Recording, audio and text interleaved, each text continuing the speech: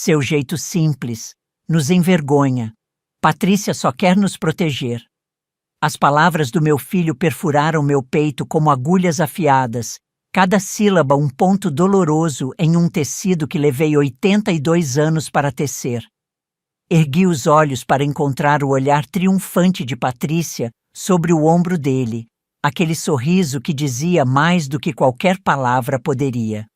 Naquele momento, entendi que meu Ricardo, meu menino, estava perdido para mim. Antes de eu te contar como cheguei a esse ponto, me diz nos comentários de qual cidade você está acompanhando essa história e se você, mulher, já se sentiu invisível para a própria família. E não esquece de se inscrever no canal, porque a nossa força está em compartilhar nossas histórias. Meu nome é Rosa Almeida, e por quase 40 anos, minhas mãos vestiram a elite de São Paulo. No ateliê Cecile, eu era a costureira que as madames pediam pelo nome. Só aceito se for a Rosa a fazer meu vestido, diziam. Enquanto eu media, alinhavava e costurava, elas falavam. Meu Deus, como elas falavam! Como se eu fosse apenas uma extensão da máquina de costura, invisível, discreta. Cada ponto que dei em suas vidas foi com perfeição e sigilo. Cada segredo que escutei durante as provas foi guardado como um alfinete na almofada, em silêncio, mas sempre à mão. Meu apartamento nos Jardins não era luxuoso pelos padrões do bairro, mas era meu templo. Cada canto tinha uma história, uma memória do meu Antônio, que partiu cedo demais, ou do meu Ricardo, que cresceu entre retalhos e linhas. As paredes amarelo claro que meu marido pintou com tanto carinho. O sofá de veludo verde onde li tantas histórias para meu filho. A máquina de costura Singer que comprei com meu primeiro salário completo no ateliê. Quando Ricardo se casou com Patrícia, senti que algo mudava.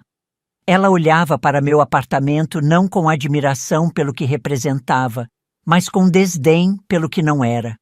Os encontros foram ficando mais raros, as ligações mais curtas, até que um dia eles simplesmente pararam de vir.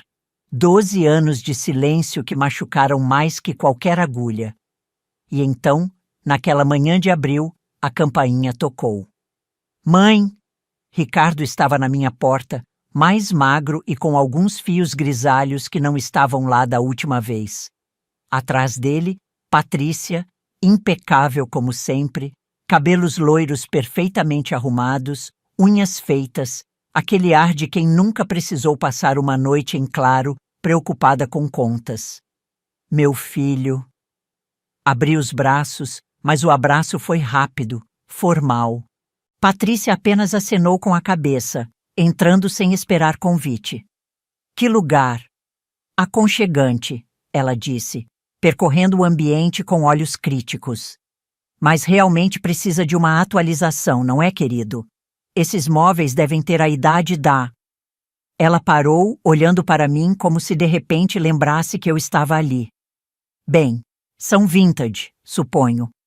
Vi meu filho sorrir em concordância e algo em mim se quebrou um pouco. Aquele sorriso não era dele. Era o sorriso que ele dava quando queria agradar alguém. O mesmo que usava quando criança e queria um doce antes do jantar. Vou fazer um café, disse, refugiando-me na cozinha para esconder o tremor das minhas mãos. Enquanto a água fervia, ouvi Patrícia comentando sobre como o espaço seria perfeito com uma reforma completa. Meu coração acelerou. Por que eles estavam falando do meu apartamento como se fosse deles? Quando voltei com a bandeja, eles estavam sentados no meu sofá como visitantes desconfortáveis.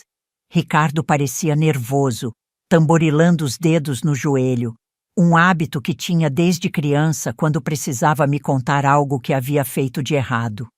Mãe, ele começou, olhando para Patrícia como se buscasse aprovação. Viemos por quê? Bem, surgiu uma oportunidade incrível. Uma oportunidade transformadora, Patrícia completou, seu tom artificial de entusiasmo me deixando alerta. Estamos abrindo uma galeria de arte, Ricardo continuou, no Itaim, um espaço sofisticado para artistas emergentes. Que maravilha, respondi sinceramente. Ricardo sempre teve bom olho para a arte, mesmo que nunca tivesse se dedicado a isso profissionalmente. O problema é que precisamos de um investimento inicial substancial, ele disse, a voz baixando uma oitava. Um empréstimo, Patrícia corrigiu rapidamente. Que pagaremos com juros, claro. A palavra empréstimo soou falsa nos lábios dela. Minha mente voou para 1995, quando vendi o broche de esmeraldas da minha mãe para pagar a dívida de jogo de Ricardo, um segredo que guardei a vida toda. Ele havia prometido que seria a última vez. Quantas últimas vezes já haviam existido? Quanto? Perguntei diretamente. Eles trocaram olhares e Patrícia mencionou uma soma que fez meu estômago afundar.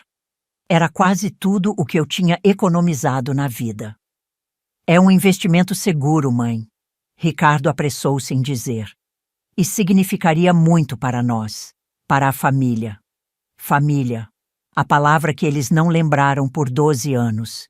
Preciso pensar, respondi, segurando a xícara com força para disfarçar o tremor.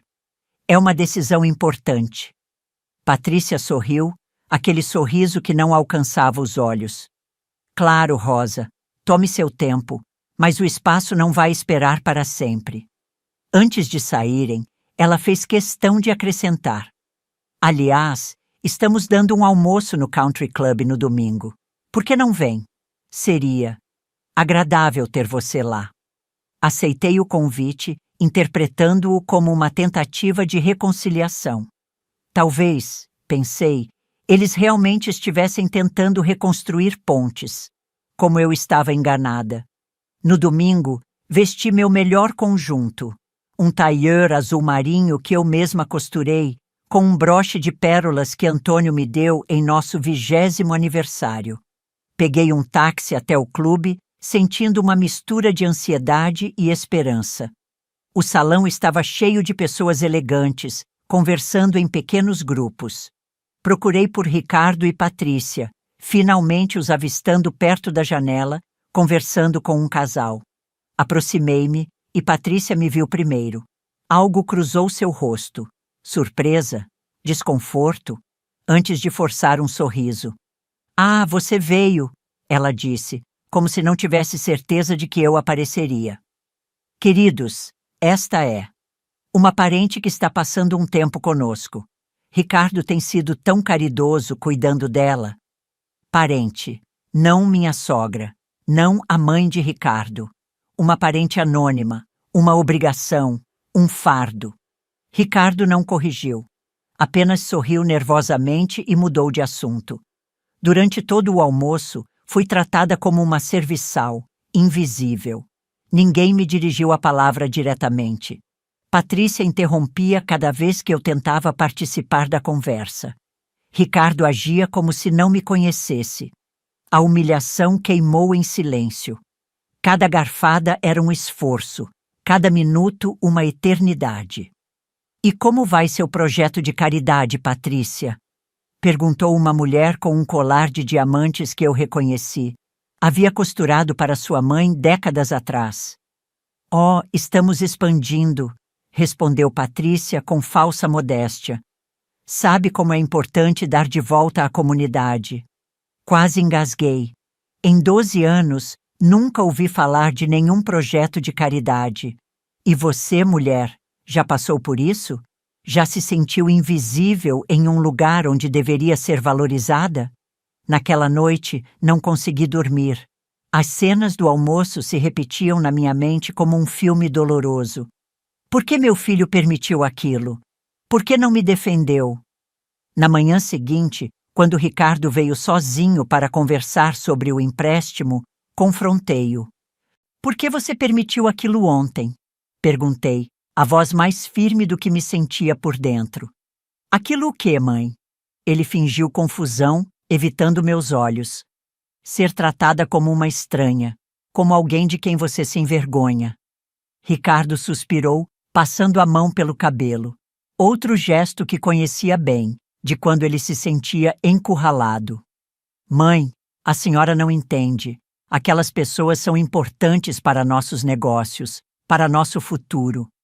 A porta da frente se abriu e Patrícia entrou sem bater.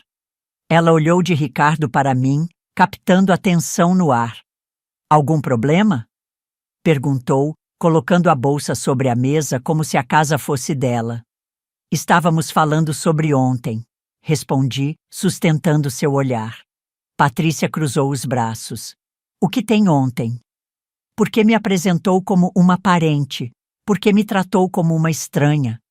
Ricardo se colocou entre nós, como se estivesse protegendo Patrícia de mim, não o contrário. Mãe, a senhora não entende. Seu jeito simples nos envergonha. Patrícia só quer nos proteger. As palavras caíram como pedras. Seu jeito simples nos envergonha. Olhei para meu filho, procurando o menino que eu criei, mas vi apenas o reflexo de Patrícia em seus olhos. Proteger de quê, Ricardo? De sua própria mãe? Dona Rosa, Patrícia interveio, seu tom condescendente me ferindo como uma faca. Entenda que estamos em um círculo social diferente agora. Certas. Origens precisam ser suavizadas. Origens? Repeti, incrédula. Você está falando da minha vida? Do meu trabalho honesto? Ela não está dizendo isso, mãe. Ricardo apressou-se em defender. Estou cansada desse drama. Patrícia suspirou teatralmente. Viemos falar do empréstimo. Você vai nos ajudar ou não? Olhei para os dois, sentindo um cansaço profundo se instalar em meus ossos. Preciso de mais tempo. Não temos tempo, mãe, Ricardo insistiu. O espaço da galeria vai ser vendido se não fecharmos logo. Então sugiro que procurem outro investidor, respondi, levantando-me com toda a dignidade que consegui reunir. Patrícia deu uma risada seca. Outro investidor? E quem mais vocês têm? Não é como se tivessem uma lista de pessoas dispostas a dar dinheiro. Ricardo corou e percebi que ela havia dito vocês, não nós. Como se ele também fosse apenas um meio para um fim. Saiam da minha casa, pedi, a voz trêmula. Por favor. Eles saíram, mas não sem antes Patrícia lançar um olhar que dizia claramente que aquilo não havia acabado. Nos dias seguintes, recebi ligações insistentes. Ricardo alternava entre súplicas e acusações veladas. Depois de tudo que fiz por você, ele dizia, como se os papéis estivessem invertidos, como se não fosse eu quem havia sacrificado tudo por ele. Uma semana depois, eles voltaram. Desta vez, trouxeram papéis. É só uma formalidade, explicou Ricardo, espalhando documentos na minha mesa de jantar. O banco precisa de garantias para o empréstimo da galeria. Olhei os papéis com desconfiança. Que tipo de garantias? Apenas uma assinatura sua.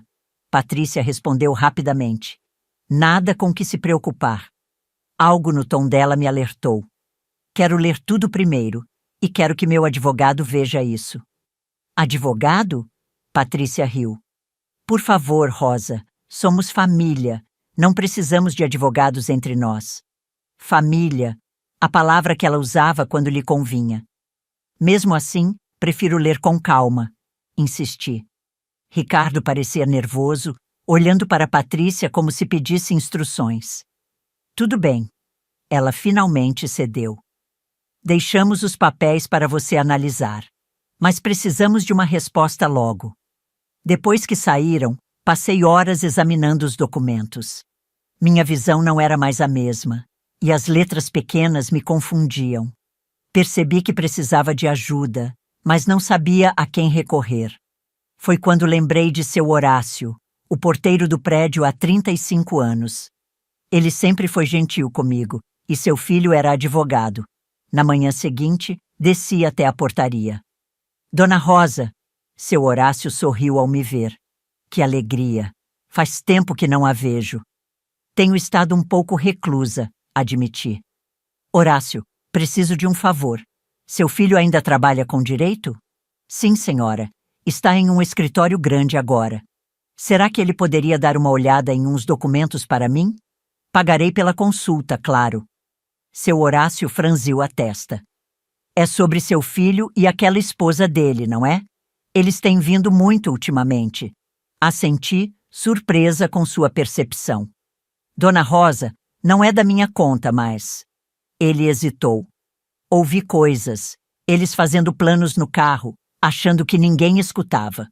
Não gostei do que ouvi. Um calafrio percorreu minha espinha. Que tipo de planos? Sobre seu apartamento. Sobre. Como a senhora já não tem condições de viver sozinha. Meu coração acelerou. Obrigada por me avisar, Horácio. Mais do que nunca, preciso que seu filho veja esses papéis. Naquela tarde, o filho de seu Horácio, um jovem advogado chamado Felipe, veio ao meu apartamento. Ele examinou os documentos com uma expressão que foi de surpresa à indignação. Dona Rosa, a senhora sabe o que está assinando aqui? Um aval para o empréstimo deles, não é? Felipe balançou a cabeça. Não. Isto é uma procuração que dá plenos poderes ao seu filho para administrar todos os seus bens, incluindo a venda deste apartamento. E isto, ele apontou para outro documento, é um termo onde a senhora concorda em se mudar para uma residência assistida devido à sua incapacidade de autocuidado. O chão pareceu desaparecer sob meus pés. Isso não pode estar certo. Meu filho não faria isso comigo. Infelizmente, é exatamente o que está escrito aqui, Felipe confirmou, sua voz gentil, mas firme. E tem mais. Há um laudo médico anexado atestando que a senhora sofre de declínio cognitivo significativo. A senhora consultou algum geriatra recentemente? Não, respondi, a voz quase sumindo. Não vejo um médico há meses, só meu clínico geral para a pressão. Felipe suspirou pesadamente. Então este laudo é falsificado. Dona Rosa, isso é crime. Sentei-me, minhas pernas não conseguiam mais me sustentar. Meu próprio filho, meu Ricardo, planejando me internar em um asilo e tomar meu apartamento. A dor era quase física. O que eu faço? Perguntei, sentindo-me mais velha do que nunca. Primeiro, não assine absolutamente nada. Segundo, vou preparar um documento revogando qualquer procuração anterior que a senhora possa ter dado a eles. E terceiro, recomendo fortemente que a senhora consulte um advogado especializado em direito do idoso. Depois que Felipe saiu, fiquei sentada no escuro da minha sala, olhando para as paredes que testemunharam tantos momentos da minha vida. Este era o lugar onde Ricardo deu seus primeiros passos, onde Antônio e eu dançamos nas noites de sábado, onde costurei o vestido de formatura da filha da presidente do banco, enquanto ela me contava, entre lágrimas, sobre o caso do marido com a secretária.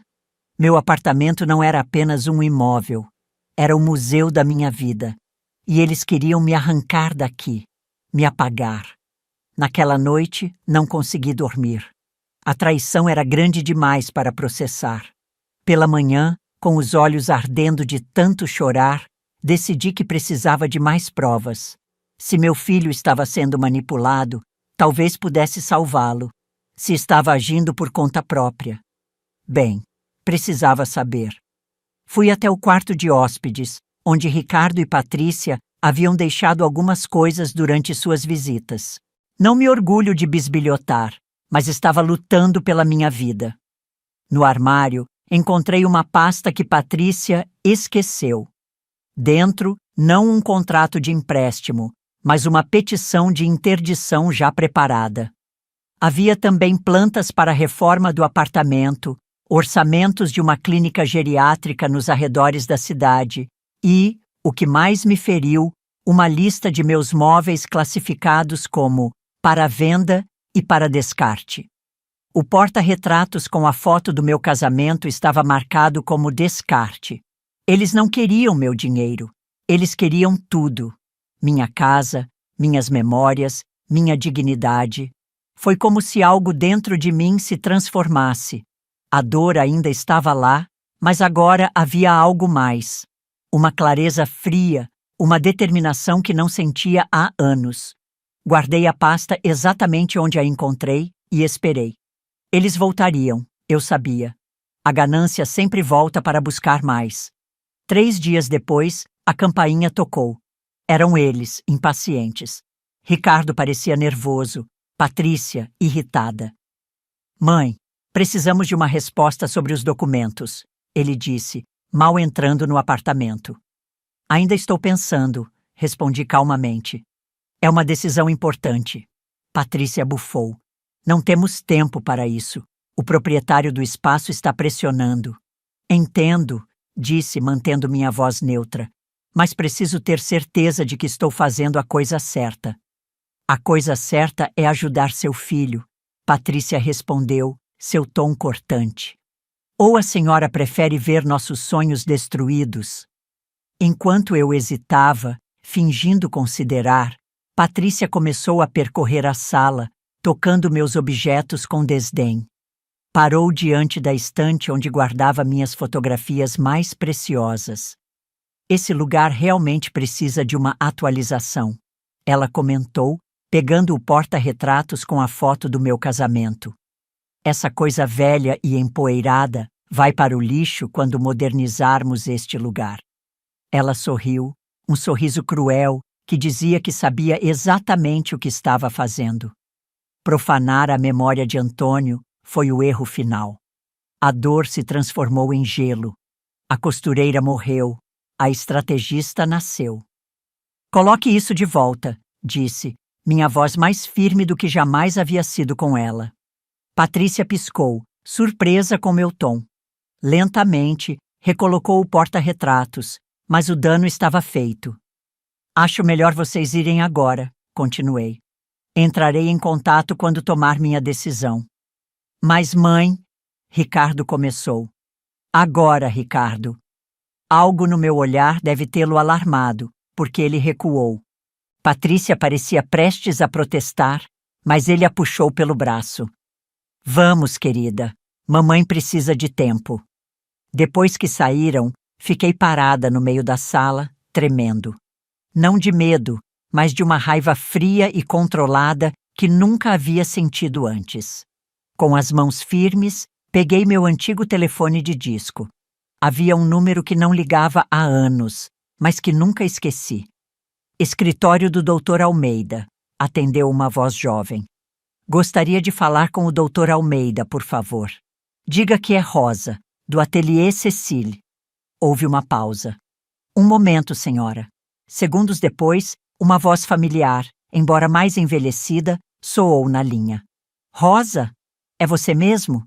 Sim, doutor, sou eu. Meu Deus, quanto tempo! Como você está? Preciso de sua ajuda, doutor.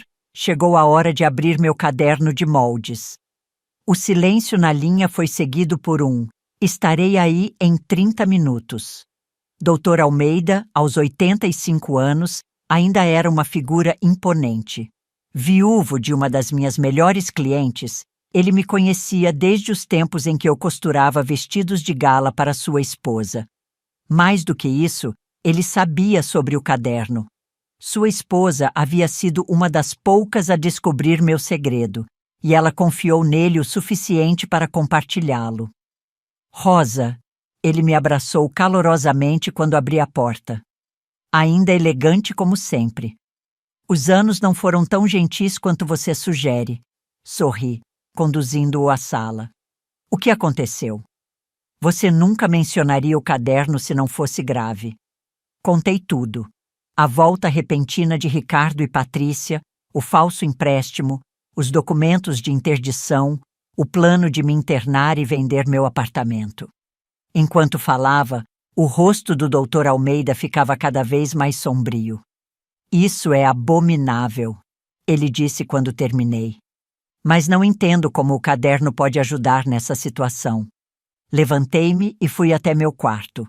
De um fundo falso na gaveta da cômoda, retirei um caderno de capa dura, aparentemente comum. Para qualquer observador, parecia apenas um livro de anotações de costura, com desenhos de moldes, medidas e tecidos. Voltei à sala e entreguei o caderno ao Dr. Almeida. Página 47. Ele abriu no local indicado. Na frente, o desenho detalhado de um vestido de noite. No verso, linhas e linhas de uma escrita minúscula em um código que parecia indecifrável. Este foi o vestido que fiz para a avó de Patrícia em 1978, expliquei. Durante as provas, ela falava livremente, achando que eu era apenas uma costureira silenciosa. Ela me contou, com orgulho mórbido, como seu marido havia aplicado um golpe financeiro que arruinou dezenas de famílias. Dr. Almeida ajustou os óculos, examinando a página. E você registrou tudo. Em estenografia, um sistema que aprendi na juventude. Ninguém mais consegue ler. E o que exatamente ela revelou? O esquema completo. Nomes, datas, valores. Como eles falsificaram documentos, subornaram funcionários de banco, desviaram fundos de uma cooperativa de crédito. Destruíram vidas, doutor. E sabe quem era um dos principais investidores dessa cooperativa? O pai de Eduardo Mendes. Dr. Almeida ergueu as sobrancelhas. O Eduardo Mendes? O colecionador de arte? O mesmo. O homem que Patrícia está cortejando para ser o principal investidor da galeria dela. Um sorriso lento se formou no rosto do Dr. Almeida. Rosa, você sempre foi mais esperta do que as pessoas supunham. Não é inteligência, doutor, é sobrevivência. Por 40 anos, costurei para as mulheres mais poderosas de São Paulo. Ouvi coisas que poderiam destruir famílias inteiras. Nunca usei essas informações. Eram apenas um diário da minha vida, uma forma de processar o que ouvia. Até agora, ele completou. Até agora, concordei. Não quero destruir meu filho, mas não posso permitir que ele e Patrícia destruam tudo o que construí. Dr. Almeida fechou o caderno pensativo. Temos que ser estratégicos. Um movimento errado poderia se voltar contra você. O que sugere? Primeiro, vamos garantir sua segurança legal. Ele pegou sua pasta. Trouxe alguns documentos, uma revogação de procuração, um testamento atualizado e uma declaração médica atestando sua plena capacidade mental. Já providenciei um geriatra de confiança para examiná-la amanhã. Assinei os papéis que ele me apresentou, sentindo um peso sair dos meus ombros. Quanto ao caderno, ele continuou, precisamos usá-lo com precisão cirúrgica, não como uma bomba, mas como um bisturi. Como? Deixe-os pensar que venceram. Faça-os acreditar que você vai assinar os documentos, mas com uma condição. Quer fazer isso publicamente na inauguração da galeria. Por quê? Porque lá estará Eduardo Mendes e todos os outros que precisam saber quem Patrícia realmente é. A ideia era audaciosa, mas perfeita. Eles nunca suspeitariam, murmurei. Patrícia é vaidosa demais. Ela veria isso como uma oportunidade de me humilhar publicamente, de mostrar seu triunfo. Exatamente, Dr. Almeida sorriu. A arrogância será a queda dela. Naquela noite, depois que Dr. Almeida saiu, sentei-me com meu caderno de moldes, decodificando cuidadosamente as anotações sobre a família de Patrícia. A história era ainda pior do que eu lembrava. O golpe havia levado um homem ao suicídio. Outro perdeu tudo e acabou morando nas ruas. Famílias inteiras foram destruídas. Pela primeira vez, vi uma simetria terrível. Assim como o avô de Patrícia havia destruído lares para enriquecer, ela agora planejava destruir o meu. Na manhã seguinte, liguei para Ricardo. Mãe, decidiu sobre os documentos? Sim, respondi, mantendo a voz submissa. Vou assiná-los. Pude ouvir a excitação mal contida em sua voz. Isso é ótimo, mãe. Vou dizer a Patrícia. Podemos passar aí hoje mesmo. Na verdade, interrompi, tenho uma condição. Condição? A cautela voltou à sua voz. Quero fazer isso na inauguração da galeria. Como assim? Quero assinar os papéis lá, publicamente. Quero que todos vejam o quanto apoio você e Patrícia. Quero fazer parte desse momento importante. Houve um silêncio e pude quase ver as engrenagens girando na cabeça dele, avaliando se havia alguma armadilha. Não sei se seria apropriado, mãe. É um evento formal, com investidores importantes. Entendo, disse, deixando a decepção transparecer na voz. Pensei que seria um gesto bonito, mostrar união familiar. Mas se você acha que não sou adequada para a ocasião... Não, não é isso, ele apressou-se em dizer. Vou falar com Patrícia. Tenho certeza que ela vai adorar a ideia. Desliguei, sabendo que Patrícia não resistiria à oportunidade de uma vitória pública. Sua vaidade seria sua ruína. A noite da inauguração chegou. O Dr. Almeida havia cuidado de tudo. O geriatra me examinou e atestou minha plena capacidade mental. O testamento foi atualizado, excluindo Ricardo e incluindo uma fundação para jovens costureiras. E o mais importante, as páginas relevantes do meu caderno foram decodificadas, digitalizadas e preparadas para projeção. Vesti-me com cuidado. Um conjunto de seda azul petróleo que costurei especialmente para a ocasião, com um corte impecável que lembrava a todos que eu ainda era Rosa do Ateliê Cecile. Prendi meus cabelos brancos em um coque elegante e coloquei o broche de pérolas de Antônio. Seu Horácio me ajudou a chamar um táxi. A senhora está linda, Dona Rosa, ele disse, com admiração sincera. Vai a algum evento especial? Vou recuperar minha dignidade, Horácio, respondi, com um sorriso sereno. A galeria estava localizada em um prédio modernizado no Itaim Bibi. Logo na entrada, uma placa anunciava Galeria Patrícia Almeida, Arte Contemporânea. Nem mesmo meu sobrenome ela havia mantido.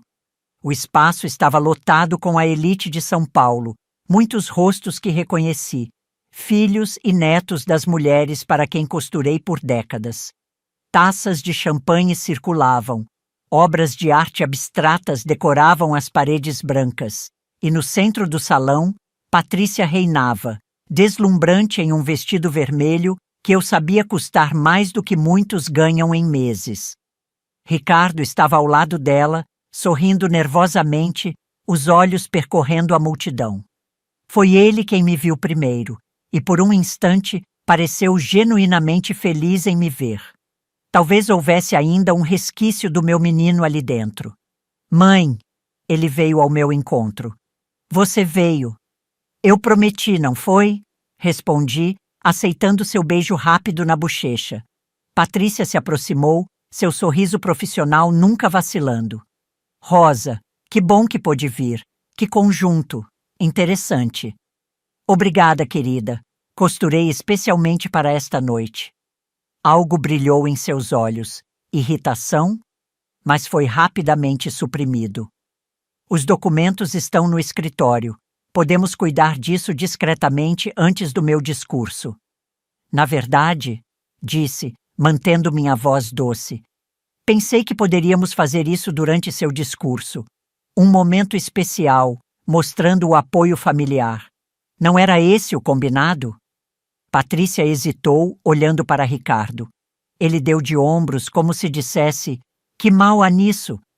Claro, ela finalmente concordou. Será. Comovente. Enquanto eles se afastavam para cumprimentar outros convidados, procurei Eduardo Mendes na multidão. Dr. Almeida havia me mostrado sua foto. Um homem alto, de cabelos grisalhos e postura elegante. Encontrei-o perto de uma escultura, conversando com uma mulher mais jovem. Aproximei-me discretamente, esperando uma pausa na conversa. Senhor Mendes? Disse, quando ele notou minha presença. Sim, ele respondeu, educadamente curioso. Sou Rosa Almeida, mãe de Ricardo. Ah, a mãe do nosso anfitrião. Encantado, senhora. Ele beijou minha mão com cortesia antiquada. Sua nora tem muito talento para os negócios. Esta galeria promete ser um sucesso. Sim, os negócios estão no sangue da família dela, comentei, observando sua reação. Algo em meu tom deve tê-lo alertado, porque ele me olhou com mais atenção. Conhece a família há muito tempo? Conhecia a avó dela. Fui costureira no ateliê Cecile por quase 40 anos. Seus olhos se arregalaram ligeiramente. O ateliê Cecile? Minha mãe falava muito desse lugar. Sua mãe. Deixei a frase no ar. Seria ela Helena Mendes? Sim, ele confirmou, agora claramente intrigado. Conheceu minha mãe? Fiz vários vestidos para ela, uma mulher elegante e forte, especialmente depois das dificuldades da família. Eduardo Mendes empalideceu. Que dificuldades exatamente a senhora está mencionando? O incidente com a cooperativa de crédito no final dos anos 70. Seu pai foi um dos investidores, não foi? Como sabe disso? Ele perguntou, a voz baixa e tensa. Senhor Mendes, nada acontece nesta cidade sem que uma costureira saiba. Estamos em todos os lugares, invisíveis, ouvindo tudo. Antes que pudesse responder, as luzes diminuíram e Patrícia subiu em um pequeno palco improvisado no centro da galeria.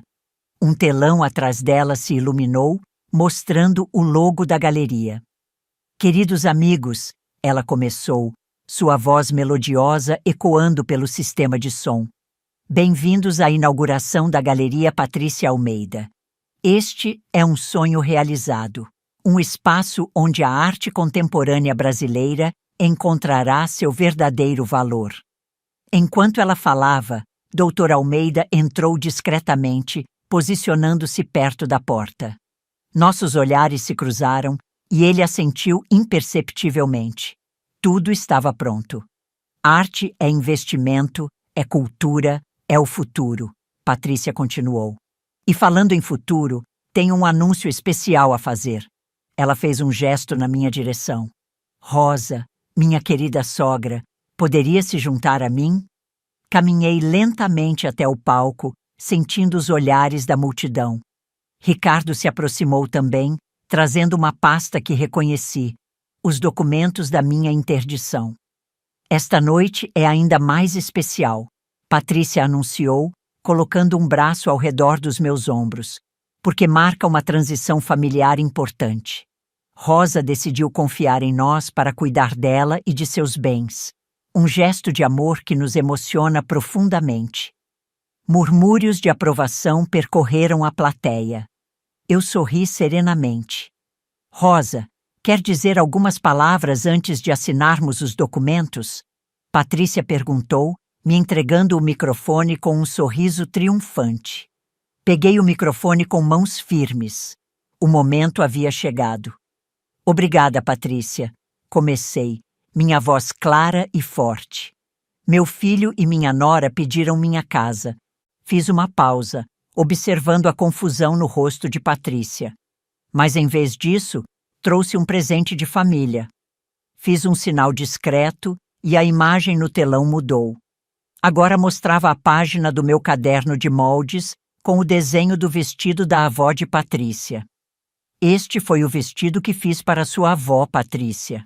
Um belo modelo para o jantar beneficente da Cooperativa de Crédito Familiar em 1978. Patrícia piscou, confusa. Ricardo parecia igualmente perdido. O que isso tem a ver com...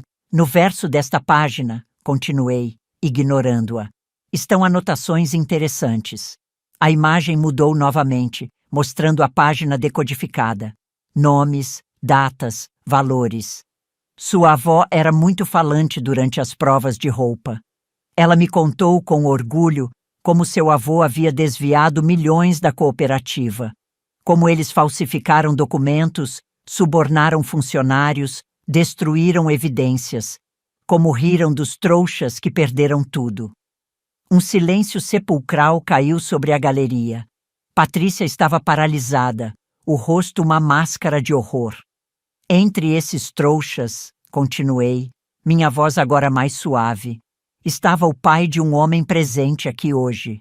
Um homem que Patrícia convenceu a investir nesta galeria. Todos os olhares se voltaram para Eduardo Mendes, que estava pálido, os olhos fixos na tela.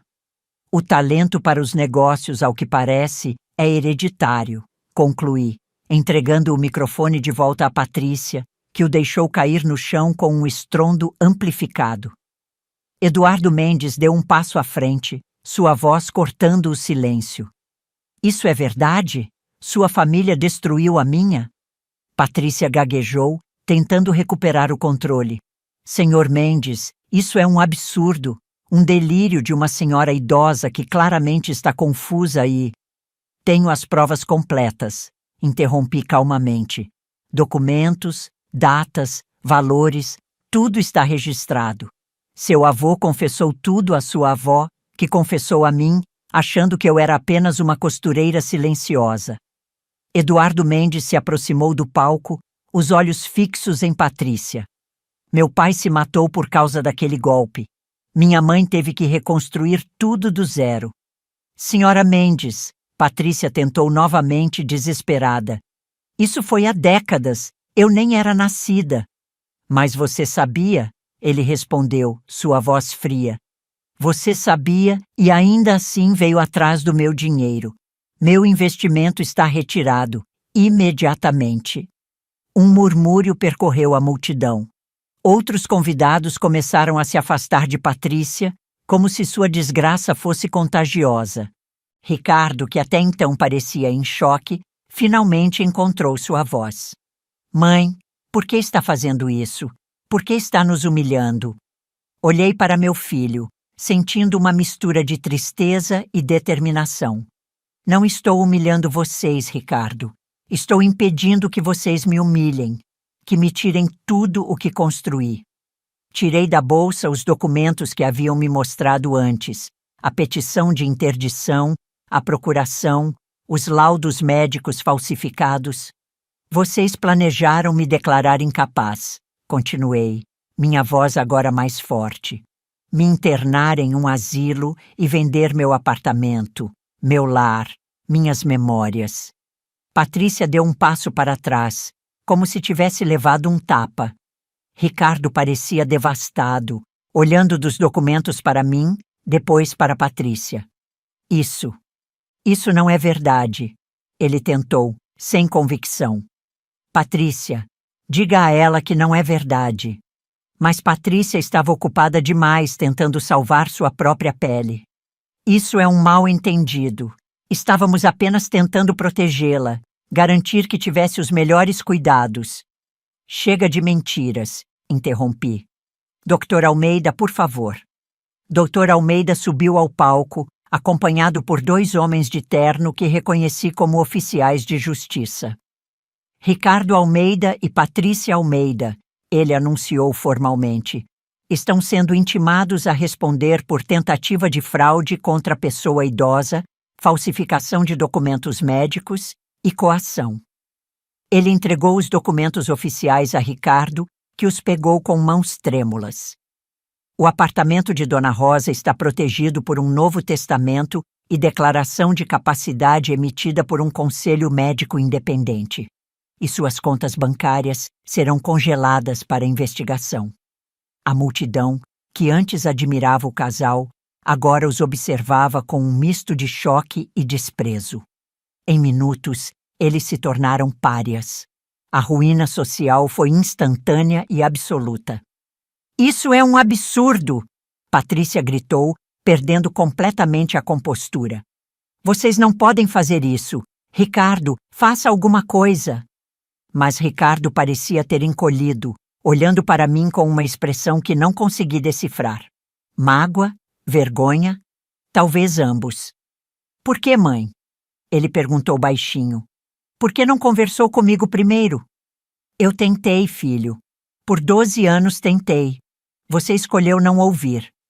Patrícia, vendo seu mundo desmoronar, agarrou a bolsa e saiu correndo da galeria, empurrando convidados no caminho. Ricardo hesitou, dividido entre me seguir ou ir atrás dela. Vá, disse suavemente. Você fez sua escolha há muito tempo. Ele abaixou a cabeça e saiu, deixando para trás o sonho da galeria e o que restava de nossa relação. Eduardo Mendes se aproximou de mim enquanto a multidão começava a se dispersar, o evento arruinado. Senhora Almeida, não sei se devo agradecê-la ou temê-la. Nenhum dos dois, Senhor Mendes. Só queria justiça, para mim e indiretamente para sua família. Ele assentiu, pensativo. Minha mãe teria gostado da senhora. Ela sempre dizia que as mulheres silenciosas são as mais perigosas.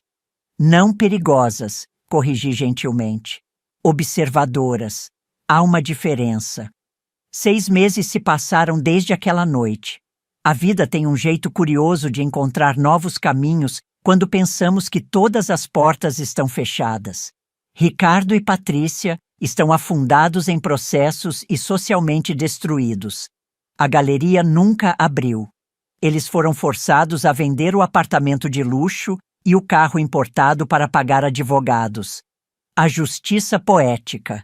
A gananciosa perdeu todo o status que tanto prezava. Recebi uma carta de Ricardo há algumas semanas. Não pedia dinheiro, surpreendentemente. Era um pedido de desculpas, hesitante, incompleto, mas um começo. Ele está morando em um apartamento pequeno no ABC, trabalhando em uma loja de materiais artísticos.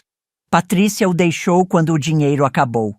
Respondi dizendo que perdão leva tempo, mas que a porta não está completamente fechada. Quanto a mim, descobri que a vida aos 82 anos pode ser um novo começo. Com a ajuda do Dr. Almeida, transformei parte do meu apartamento em um pequeno ateliê, onde ensino costura de alta costura para jovens talentosas de comunidades carentes. 3 tardes por semana, minha sala se enche de risos e conversas, de dedos habilidosos, aprendendo a transformar tecido em arte. Seu Horácio continua na portaria, agora um amigo próximo que sobe para tomar café comigo nas manhãs de domingo. Seu filho, Felipe, administra meus assuntos legais, incluindo a fundação que criei para apoiar jovens costureiras. E meu caderno de moldes continua guardado em segurança. Seus segredos permanecem protegidos, exceto por aquele que precisei revelar. Não sou uma vingadora, nunca quis ser. Sou apenas uma mulher que aprendeu, mesmo tardiamente, que respeito não se implora, se exige. Não reconquistei uma família, construí uma nova, baseada em respeito e propósito. A paz não é o silêncio, mas o som alegre das máquinas de costura tecendo novos futuros. Algumas noites, sento-me na varanda com uma xícara de chá, olhando para as luzes de São Paulo. Converso com Antônio como se ele estivesse ali, contando-lhe sobre meu dia, sobre as meninas do ateliê, sobre como sinto sua falta mesmo depois de tantos anos. Fizemos um bom trabalho, não é, meu velho? Sussurro para a foto dele que mantenho sempre por perto. Não da forma como esperávamos, mas fizemos. Aprendi que a vida, como um bom tecido, nem sempre se comporta como planejamos.